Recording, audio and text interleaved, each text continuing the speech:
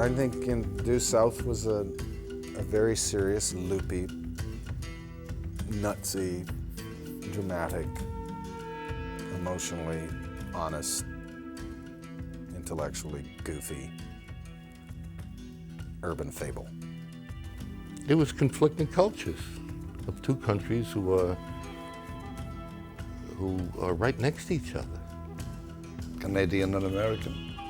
It turns out they have humor. Canadian cop Mounty, who still trusts in the goodness of humanity. Due South is a folktale, and trying to teach people that there's a better way to do things.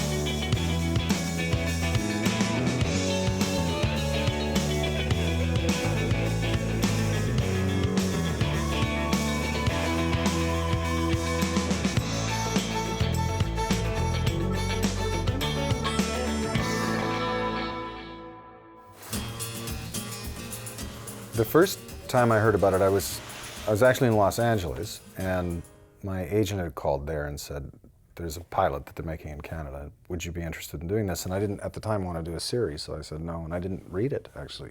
My agent called me. It's pilot season. He says, I got this interesting pilot called Due South, about a Canadian Mountie and a Chicago cop. It's written by Paul Haggis, and I said, who?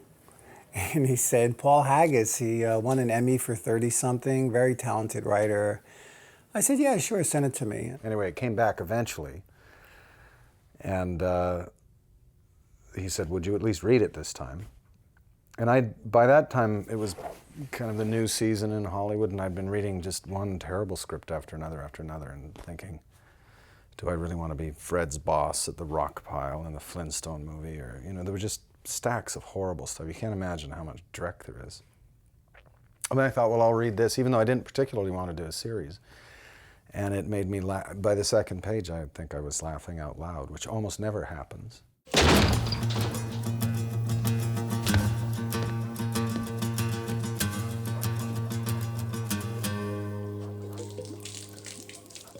I said, yeah, sure, send it to me. And I gave it a read, and I found it very clever, very funny. I didn't get a lot of the Canadian references, but I gave it a shot anyway. Most of the parts that you see in television series, or most of the parts that you see in most movie scripts, for that matter, are they're kind of built upon a preceding character. There's sort of a long line of it. You go, oh, that's like this, which was like that. There's really very little that I could think of when I first read this that this character resembled and seemed utterly unique. And also I had absolutely no idea how to go about playing it, so that seemed like a pretty good challenge. And I had to do 3 scenes for the audition, and the first 2 were easy, and I was banging them out. I was working on them with my wife, and there was this one, the consulate scene. He's standing outside the consulate, and he can't talk. This is your job? This is like your real job? Do you believe it? This is his job. They actually pay people to do this in Canada. Sorry. I was having just a hell of a time with it, and I called my agent the night before, and I said, you know, I'm going to pass. He said, what? I said, well, you know, I don't think it's really for me. He says, no, you don't understand. This is a big pilot, and it's a lot of money, and if it goes to series, you could be a millionaire. Okay, what time do you want me to show up? When I first met David Marciano, I thought this is kind of perfect. We came from entirely different worlds. He's from New Jersey, Italian, living in Los Angeles, really American, no interest in anything to do with Canada. I was an urban boy, and you know, he was a rural boy. So, you know, there was you can't really come from two more different worlds. And we didn't immediately get along at all. We didn't have, I mean, not that we didn't not get along, there was no immediate kind of click. And I think we both thought, well, let's just leave it like this, because it'll actually be relatively good when we start filming. And there was kind of an immediate, the distance between the two of them showed up right away. We didn't have to work to not understand each other. Only takes an extra second to be courteous. After you, ma'am. Oh, after you, sir.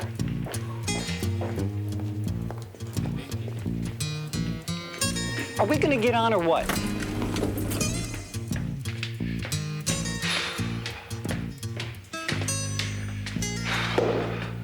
I bet there ain't a lot of high-speed chases in Canada, huh? There's the oddity of having a show set in America but shot in Canada, featuring a Canadian going to America, but the only one being American coming to Canada, seems perfectly in keeping with television, and more in keeping with the lunacy of American television. I think it made sense for a Canadian, and for it to be filmed in Canada, because Paul Haggis is Canadian, and when Canadians grow up in the shadow of America, so we were always consumed by this comparison thing and the problems between the two cultures and the good things and the bad things.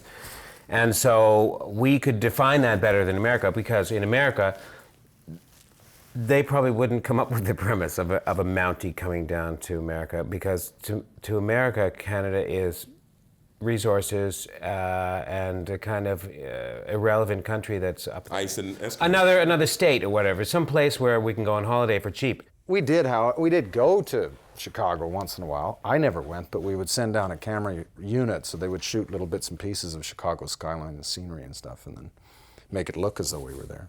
It might have been a little weird for David Marciano, who is very American. It's kind of a show within a show for American to come up to Canada to shoot a show about a Canadian going down to the States. So it was actually kind of strangely reversed for him. The irony of a Mountie coming to Chicago, but an American going to Canada to shoot the show made perfect sense. I mean, doesn't it? It's the two sides of the same coin.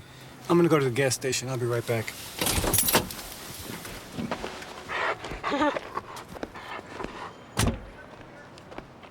Sam Dalton made only one mistake. He planned everything but how he was going to spend the money. Before he'd hit Whitehorse, he'd left a trail of 20s that took me right to his door. But Sam's case was nothing like this. No, I know, but what I can't seem to find is... Hello, son. Hello, Dad. How are you? I'm dead, son. Other than that, do you mean? No, that's what I was asking. Oh, that's good. Never be ashamed to ask a stupid question, son. I taught you that, didn't I? Not specifically, no. Well, no time like the present. Well, the appearance of Gordon Pinsent is kind of an interesting one, because it wasn't planned, I don't think. And I remember being up in Skagway in Alaska, where we were staying when we were shooting the pilot. And they said, well, let's see what happens. You've got to come up north now and get shot. And for the pilot. And I said, well, get someone else to do that. I mean, you know. Oh, come on, Gordon. So up I went.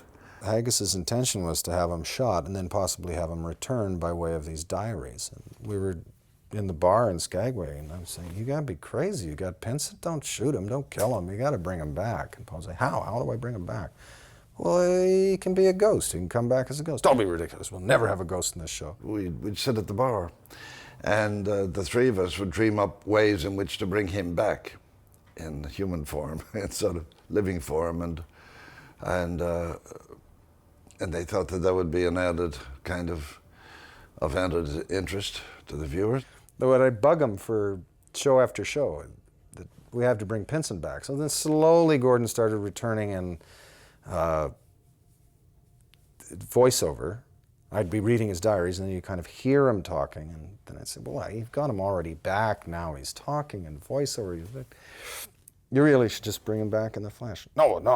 And then, sure enough, one of the scripts showed up, and there he was in the backseat of a car. So did you just happen to pick this moment to reappear? Well, obviously you needed my help, son. And it was my fault. But I better prepared you. You wouldn't be floundering around like this. Well, I'm not completely over my head, Dad. I mean, No, don't try to make me feel better, son. I failed you as a father. But Yeah, we had endless conversations about the ghost rules, which only ever seemed to apply for as long as the scene you were doing took to shoot, and then those rules would go out the window and we'd invent new ones. Wonderful, stupid conversations on the set very often about the rules of a ghost, about the rules of can a ghost tap someone on the shoulder? Can a ghost slap someone if they don't like the way they're acting? Or does the hand go right through the face? Take my hand. You're dead. No time to be choosy.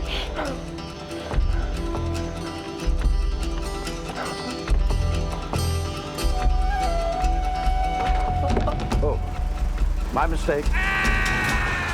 But nothing surprised him. Everything surprised his son. Grab the lamp, he'll crack his skull, make it look like a freak lighting accident. A freak lighting accident? Oh, sure. Happens all the time. Lightning strikes a wire, sends a jolt through the line, lamp hops up, hits him in the skull, splits it in two, and you never had a chance to prevent it. Happens so fast. He began to appear as though he were in the clean and dapper and respectable Mountie kind of image. And that was fine. That was fine. We did a few things to the uniform from time to, so, you know, some things had to get permission from the Mounties themselves.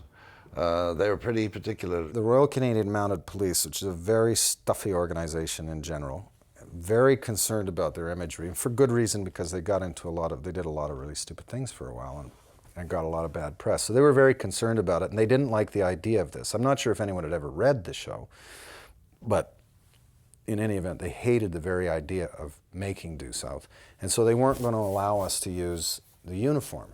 I have always considered myself to be a diligent officer who's conducted himself with loyalty and obedience. However, this uniform, I have worn this uniform with pride my entire career, as my father wore his and many before him. To me, it is much more than just a piece of cloth. It is a tradition that links me to every officer who has ever worn it and acquitted himself with honor and integrity. And while it is not the current fashion, I would be hard-pressed to change it without feeling that I had in some way betrayed that tradition. They were most particular, you know, the Mounties with their image. And in this particular case, they hummed and hawed and they shrugged a bit, but they let things go because they were they showed a humor. The Sam Brown belt was actually on backwards in the pilot, and the hat had a badge on it, which they don't have. And all of my buttons were fire department buttons, not RCMP buttons. Anyway, then they finally saw the show, and I guess they decided that it was a good thing. And so then we could actually use the real uniform once we were making the show. Paul never complained about the costume and anything other than, being vocal about a particular moment. We shot throughout the summer. Some days were 95, 100 degrees, and he's in this wool Mountie suit with the full garb underneath. The problems I had with the suit was it used to rub his neck raw. It was so starched in the collar and being wool, and we'd be out there some days and he would be raw all across here. Then I'm, of course, only adding to it by trying to cover that up for him so we can continue shooting. They're hot, generally. It's wool. The one nice thing about it is it improves your posture almost instantly because they're built in such a way that that neck, if you try to slouch at all, you pretty much decapitate yourself. So it helps with good posture. I think he was a real hero when it came to wearing the Mountie outfit, because it certainly isn't anything that I would want to spend those 14 hours a day in. You don't want to know why I'm wearing a uniform. I just assumed it was something personal. Yeah, I think that Ray and Benton together made a very good team. Benton for all of his being able to speak 80 languages and smell things in dog shit, and Ray for his keeping Benton somewhat out of trouble. When you come in contact with someone he's alone in this city, he has no friends, he has no one, his father's just been killed. What greater gift can you give this man than to help him get what he wants? Why did those two characters like each other if they were so opposite to one another in their approaches and the rest of it? They needed each other, I think, is the answer. I think they needed each other. It would be unimaginable, I suppose, to see that either one of them would really be very successful on their own. And certainly Ray was kind of portrayed set up a little bit that way, that he He was, not really the world's greatest cop, but together made them, and Benton didn't belong there, so they wouldn't really have been successful on their own, but put together, they made a great team. Can you give me a reading, please? It's your compass, you read it. I can't. Well, neither can I. Well, you'll have to, Ray. Why? I'm blind. You're blind? Apparently. You're really, really blind? As a bat. Well, why didn't you say something? No point making a bad situation worse. Alone, we're both good, but together, we're better. And like any partnership, the only reason to have a partnership is because what you do together is better than what you do alone. And that's what Due South was about. And the brown one was somewhat antiquated. I'm told that this is the current fashion. I think it's kind of cute. Thank you kindly, Francesca. Look, you just keep your eyes on the road and you keep your eyes in your head. I think Franny's attraction to Fraser was that he was different from any other guy she'd personally ever known. I think to Franny, Fraser was like the knight in shining armor that she'd only read about, she'd only heard about, didn't really think that this type of guy existed. And then lo and behold, it's her brother's, partner. So, of course, to her, she thought, well, he's hooked up with my brother, which naturally means he should be hooked up to me.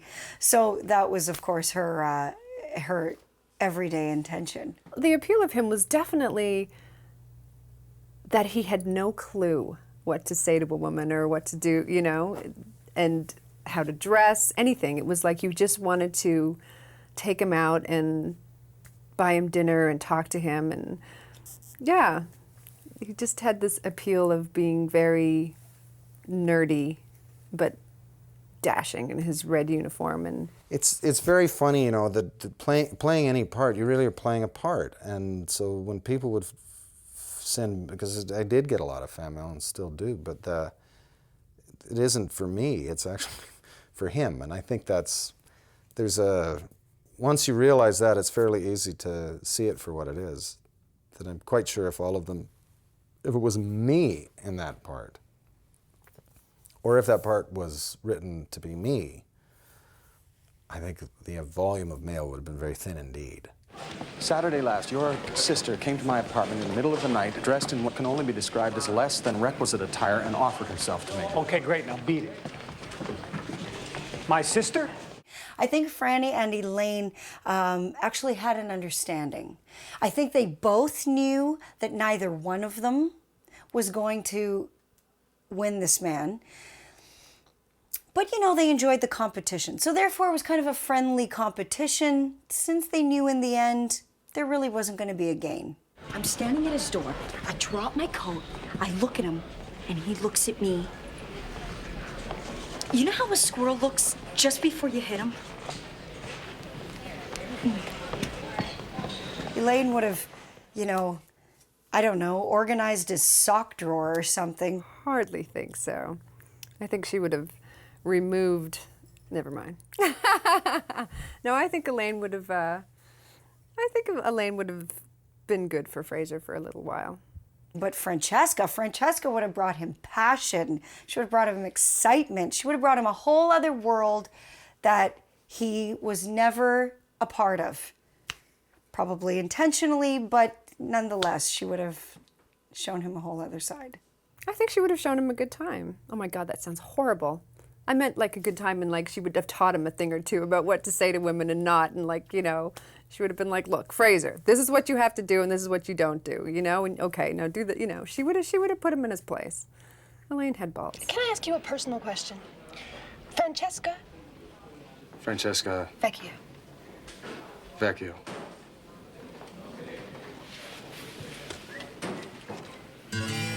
In fact, that was a big debate. Should the Mountie get a little thing going on, get, a romantic thing, get his romantic thing game on for quite a while. I don't think they even touched on that until the second or No, but it third was probably in their season. heads from the very start, because that's the idea of the characters, they can't loosen up. Yeah, but I think it kind of showed another side to the character that people wanted Well, to he had to see. be human. People wanted to see that. They wanted to see this sort of... He was in love with his dog. Let's he not was. go there. Different interview. I think Benton Fraser's appeal to women are really just twofold, two things. One is the uniform is snappy, and the dog is a definite attractant. I gotcha. Where you going now, fella? Hi. Diefenbaker, remember what I told you. Benton Fraser, RCMP. And this is my dog. Wolf. I thought that was a wolf. Well, he's mine now, because you sure as hell don't have a wolf license. In fact, he does. In terms of the dog itself, I think, you know, particularly the female audience, and as it relates to animals, forget about it. You know, it's a done deal. Stick a fork in it. It's done. When it comes to animals and leading men and dogs, there's something about that man in uniform and an animal. You know, the dog got 5 share points. You take the dog out, and you lose about 20% of your audience. Yeah, especially with young kids. They love the dog. But you know, we had about 3 different dogs. And Rick was the dog handler for the last 2 years. His dog was fantastic. Could do anything. The first 2 years, I don't think they had some problems with them. You know, like they're dogs, you know. They're not actors. That always works for me personally, you know. So you watched the episodes with the dog? Actually, I watched all of the episodes when they ran. I was excited about Actually, the show one when I time, started. because I was sad that they weren't actually using me enough, I read an episode and I was going, this is all about the dog. It's completely a dog show. Yeah, and as a matter of fact, there were episodes where it was all about the dog and his friends. I don't think we ever had an episode like that. Well, we had a couple in episodes retrospect, like it's fair enough. And, you know, it's kind of cute. You know, well, there must be something to be said when a dog is getting more attention than you in the audience. I know, that's for sure. The show that wouldn't go away. Yeah, CBS cancels Due South after 1 season. And I say, oh, well, you know, my shot at being a millionaire is over. Maybe I'll only be a $250,000, you know. On to bigger and better things. But network executives, I don't know. I don't know how they get where they get, because they don't seem, that's not how I would handle it. But they do it with all sorts of shows. I don't think anybody was aware in the beginning how responsible the fans were for the show returning after the threat of it being canceled. We found that out after, once we were already in progress of the show being back on. I never doubted that we'd be back each year. And not so much from anything I read, or not so much from anything people were telling me about network response or this or that, just from people on the street, just from emails, just from all that kind of stuff. People loved that show. You know, it's a peculiar thing, because it was such an enormous success virtually everywhere. And if today it were on a network in the United States, it would be an out-and-out hit. But at the time, it was kind of what they called on the bubble. It was successful, but not a runaway. And then the regimes changed at CBS, and that every time someone comes new into a network, they tend to change everything. 4 months later, I get a phone call. They found money. The production company Alliance decided to just go ahead anyway. And then CBS's new season was going in the toilet. And CBS viewed several of the episodes, and they liked what they saw, and they picked up the show, and we were back on the network. When they said, we got 22 more, I went, oh my God, what a nightmare. Everyone else was really happy. I just couldn't. They weren't doing enough with me, my characters. I was furious. Why Daniel Kash wanted to leave the show, I don't really know. I think he felt that probably he wasn't getting enough screen time, or he thought he could do better elsewhere. The thing that sells the show, or sold that show, was the Mountie and the Chicago Cop. You wanted to be a star. You wanted to be Well, a I movie am a star. star at home. That's good. My kids think I'm a star. He wanted to go to Hollywood and be a big star. Oh, absolutely. You're a star, Daniel. We're all stars in our own right, I guess.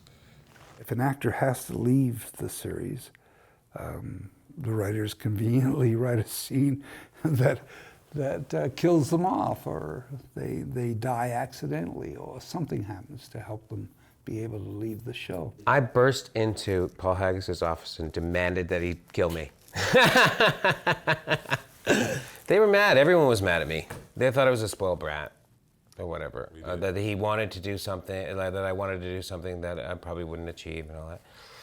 And I totally understand all of that attitude, and I understood then.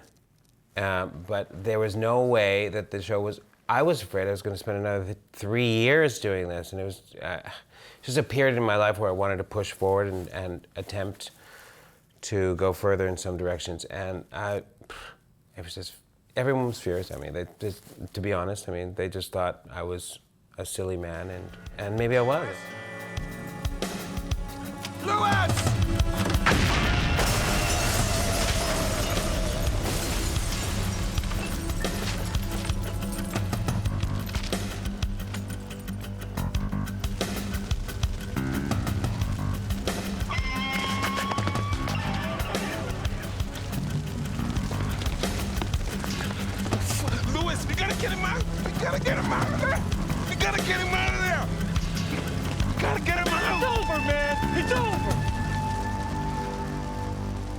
As an exit, being blown up in a car is terrific, I think. So that was very nice that he didn't just sort of leave. It was sad, you know. It was kind of sad to lose the car. No. Yeah, I miss Danny. Danny was fun to have around on the set. Did you miss me? Who? Did I miss you? Personally, or do I miss Dewey? You didn't miss Dewey. You still have Dewey. Yeah, I missed you, Daniel. Make you feel better? Yeah. Okay. Good. We moved into pretty heavy stuff sometimes, and then pretty just fluffy, light, funny stuff.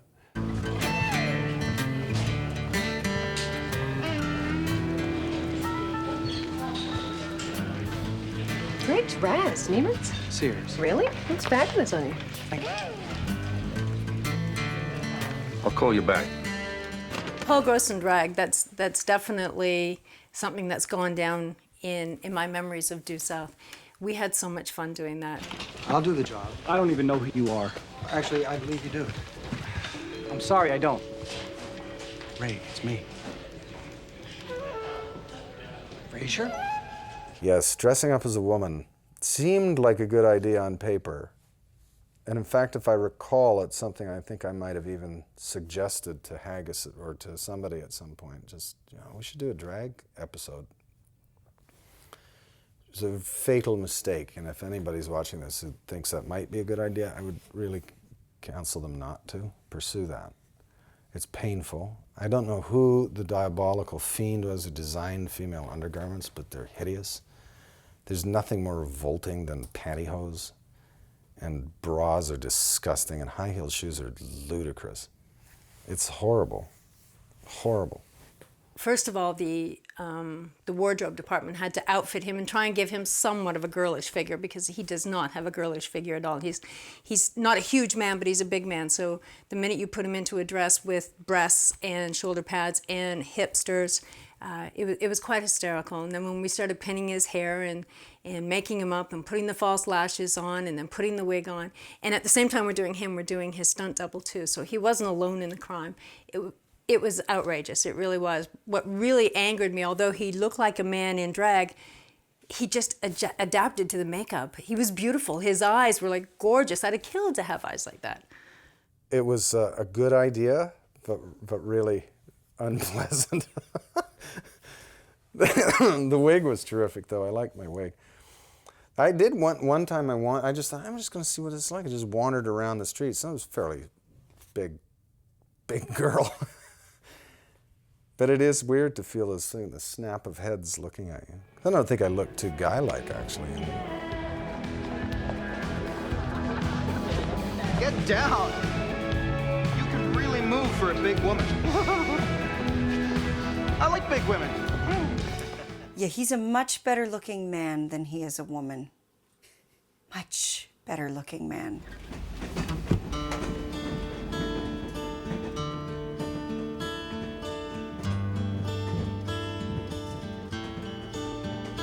Well, I was born up north of Great Slave, 1898, and I rode near all my life. All the Queen's Horses was just an absolute blast to do. That was so silly. And that really was kind of going way out there to the far end of silly comedy. That's a thundercloud. Well, I've been called a coward. Yes, well, we had somebody. We took the train out. I think we just shuttled it back and forth, about 8 or 9 miles back and forth till we got the entire episode. We were out there for days, it seemed. Leslie was in it, Leslie Nielsen. They're all over this ground. They're falling from these blue Alberta skies. We're gonna ride forever. You can't keep horsemen in a cage. Should the angels call, but it's only then we might pull in the rain. Now to tell me I'm an old man. I'm trying to recall how we did the stunt where I'm under the train, because I have to crawl under the train to get to Leslie Nielsen, who's in the toilet. Sergeant Frobisher! Before you continue, may I have a word with you? Friend or foe? A friend, I assure you. Where are you? I'm right here, sir.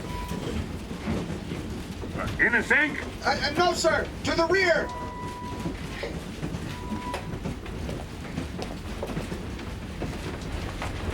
Great Scott, Benton? I'm relieved to see you're all right, sir. It's a matter of opinion. What are you doing in my toilet? Well, I've come to debrief you, sir. Is something wrong with the door? We have a problem, sir. That's actually how I got Leslie to come and do it. I was in New York doing something, and he was staying at the Park Plaza, and I was just up the street. And I ran into him on the street, and I said, I've got this show that I'm writing. You should come and do it. So we met at the Oyster Bar in the Plaza, and I started to describe it to him. And I said, look, it starts off, you have terrible gas, and you have to go to the bathroom, and then I'm underneath there, and we have a conversation through the hole in the toilet. And he said, I'm in, I'll do it. But as anyone who knows, Leslie has a hand fart machine, and he uses this thing everywhere he goes, and his whole mission in life is to make people laugh. And on one occasion, I was having a scene with Paul, and Leslie was getting off his horse, dropped his baton, and leaned over to get it, and this thing went. And I said to him afterwards, Leslie, I got a scene with Paul here, okay? I got a long speech. Man, don't let fly, please. Not when I'm doing this scene. And so Leslie said, oh, fine, Gordon, fine. Well, of course, he didn't. But the space that he left cracked me up. I couldn't stop laughing at it. So there was a lot of laughter. Controlling ourselves was a big issue on that, because there were a lot of very spontaneous things happening, and in a very tight space. But they had these little roomettes, and so I'd wander by, and there'd be Leslie Nielsen, Gordon Pinsent in their red suits sitting side by side, and Gordon mumbles and Leslie's stone cold deaf, so the conversations were hilarious. He just goes, what? What? And every time, and then they'd laugh. Then we go back again. Uh-huh. What do you got there? I found it. Found a break. What makes you think it's a break? It's written right on it, break. Could be a ruse. To what end? Something criminal. Are you insinuating that an entire design crew has deliberately mislabeled the key elements of a train? It's possible. I'm talking to a lunatic. Now, you see, this is what's wrong with you, Buck. You discount everything but the probable. It's why you couldn't make that shot way back then. Don't think that you can twist the knife. You know, that was springtime. I had my allergies. My eyes were cloudy. Whatever helps you sleep. This is the brake bar. And I'm going to bring this train to a halt. Wait. What? What are these? Wires. Oh, my God. They bypass the brakes. We better get a hold of Benton. This train is a runaway. This train is a runaway. Well, we were canceled at the end of the second year, and we were actually down. It was pretty much over. The British, the BBC, and other foreign investors, no, we'll help. We're not going to cancel that show. It's a great show, and we think it'll go. It was very surreal to hear the support system that we had around the world and hear how much everybody loved it and was basically the backbone of this show. And I was, living at home in Bolton, Ontario, doing a show, thinking, wow, are you kidding? Like, I couldn't believe it. I couldn't believe that many people supported the show. I got a call. I was in Toronto. I had another deal at CBS to do another show. So I would have had to talk to, convince Les Moonves, who was running the network at the time, that I was going to leave for Canada. I called him up and I said, Due South is back. He said, yes, I heard. What are you going to do? Not entirely sure exactly what happened with all of his negotiations with the company, but whatever happened, they weren't, obviously, they couldn't arrive at something that was mutually agreeable. And I said, I'm going to honor my commitment. I made a commitment to you and to CBS, and I have a contract, and I'm going to honor that. Which was really too bad. It was a good partnership that worked well, I thought. So everything is all right then? Yeah, Benny. Everything is all right. Well, that's good to hear, Ray. It's good to hear your voice. Listen, I want you to have a safe trip. And I will be in touch. All right, Ray. You understand that I will be in touch. As a friend? Yeah, Benny. As a friend.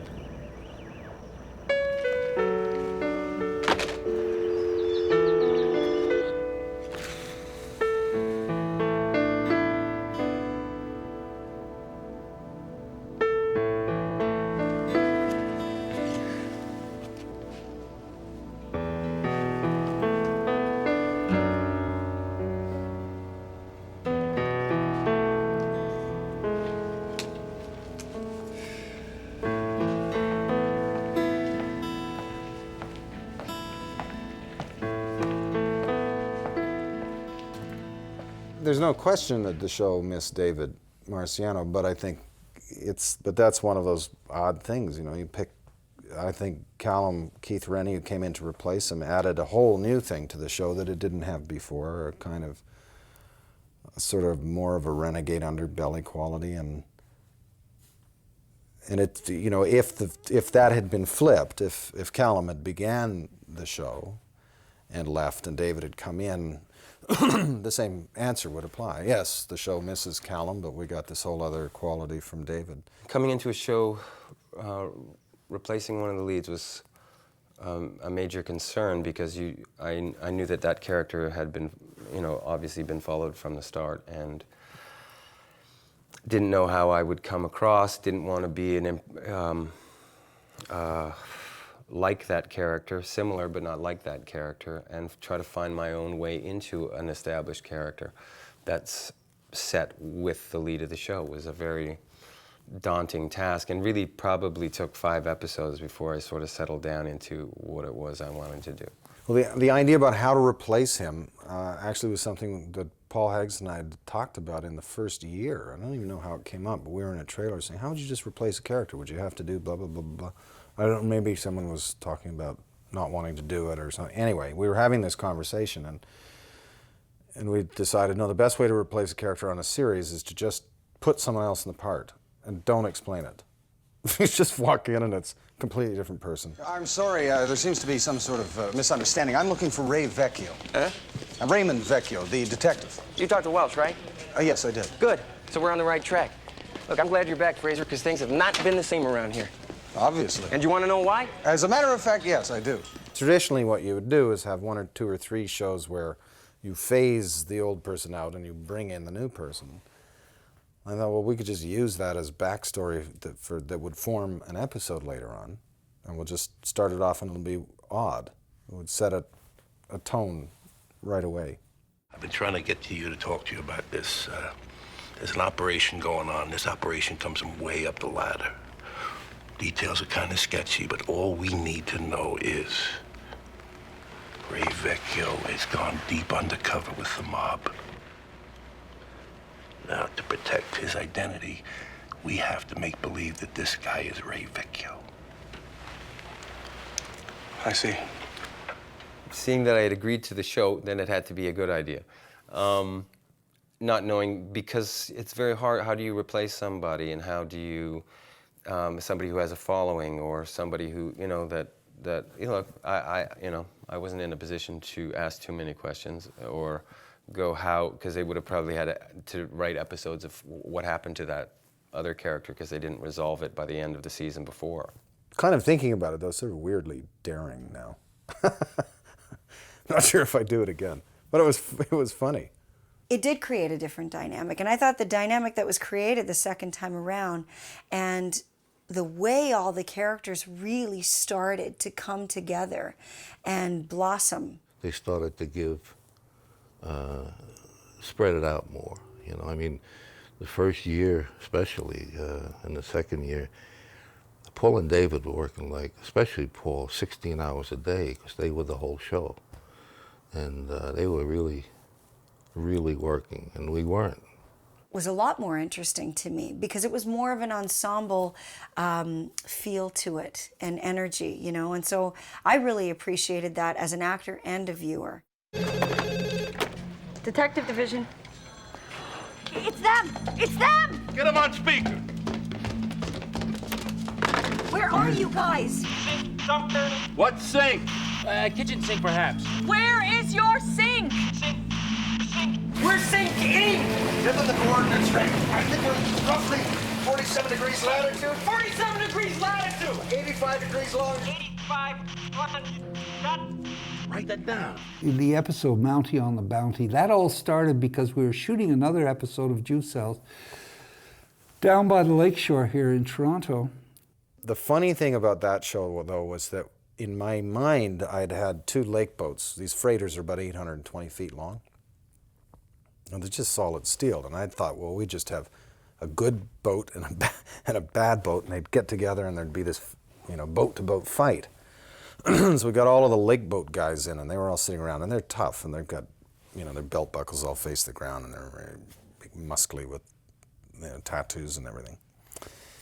And this guy said, you can't put 2 boats together. I said, why not? Because if they smash into each other, they'll break and they'll sink. So we can't get 2 boats together? No. Yeah, unless you could hold one of them in place with tugs. We'll get these tugboats out. I said, okay, how many tugboats will we need? 28. All right, well, we'll get 28 tugboats. There are only 3 in Lake Ontario. Oh, okay. So then we were screwed because we couldn't do the 2-boat thing, and the whole climax with the 2 boats coming together. And we happened to be shooting an episode. We were down along the lakefront, and I just glanced over, and behind this building were 3 masts standing up with rigging on them. I think I might have something that fits the bill.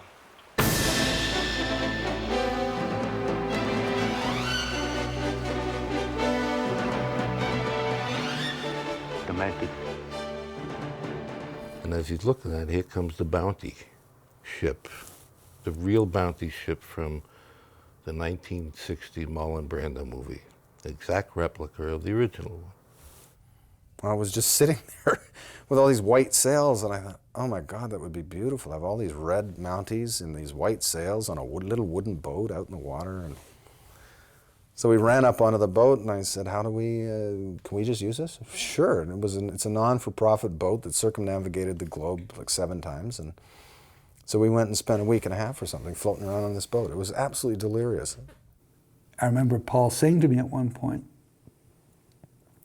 because he was then executive producer and I was creative producer, and I remember him saying to me, how do we get this budget approved? What do we do? And I remember saying to him, usually, Paul, what happens is that you and me and Frank would have to go and talk to the suits and convince them that we should do this. Now we're the suits. Because we were suddenly in the role of the guys who had to decide. I said, oh, well, that's easy. Let's do it. And that was it.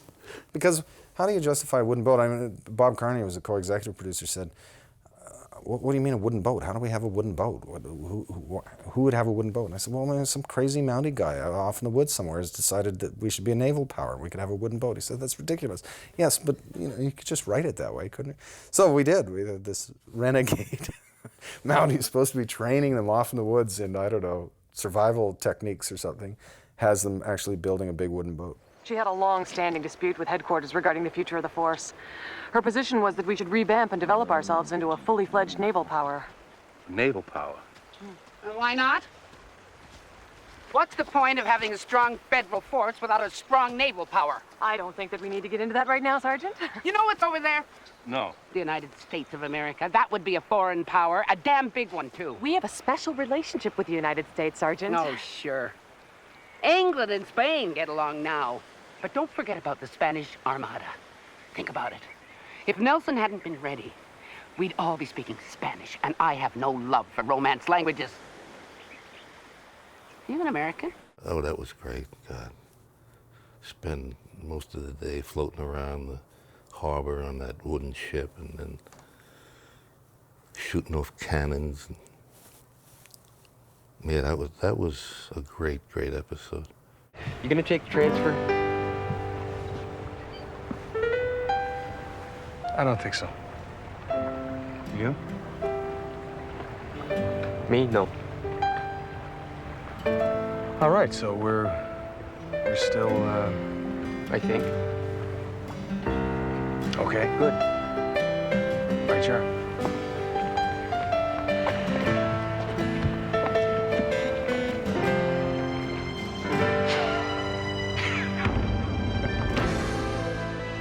Trying to wrap up a series like this is really, it's more or less impossible, I think, and usually, I think it's really the case when you have this many continuing characters how do you finish something?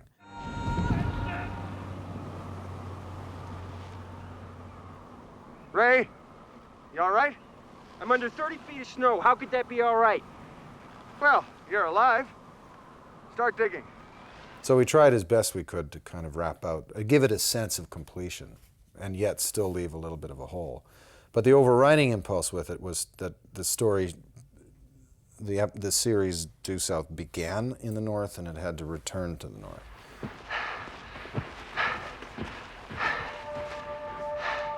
You break something in your face? Not that I'm aware of.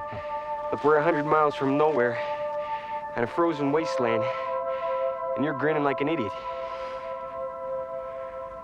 I'm home.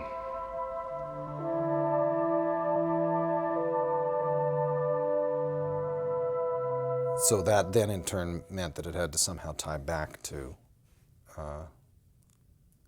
Gordon Pinsent's character, to my father's character.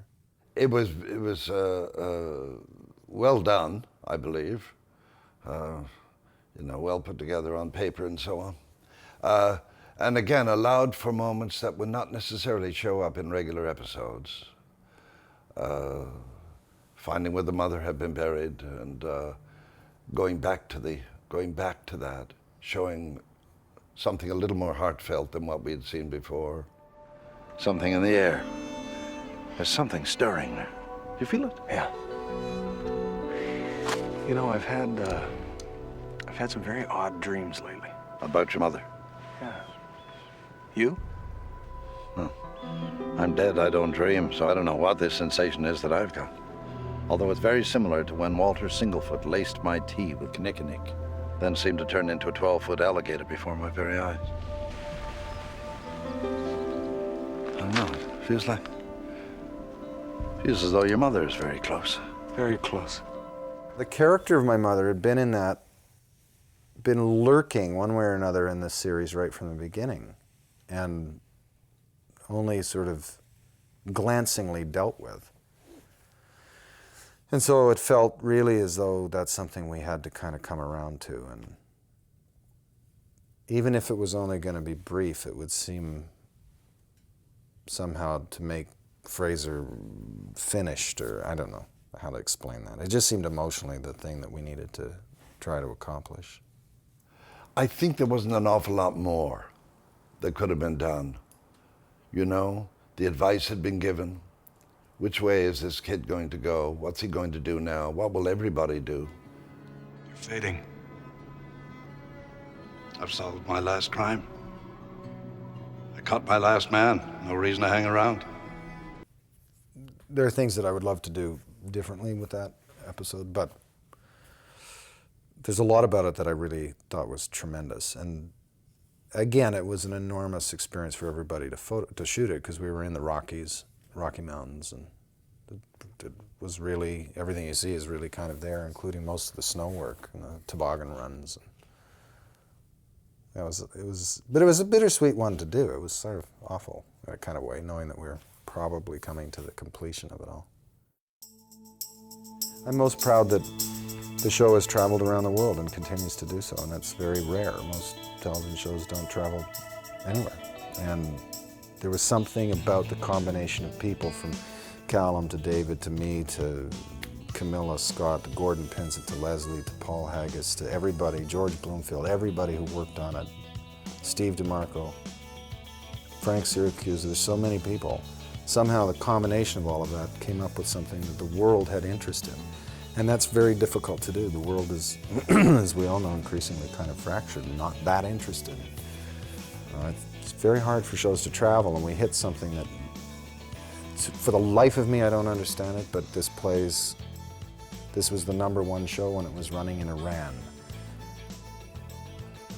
I don't know how that happened, but it's a source of great pride, yeah.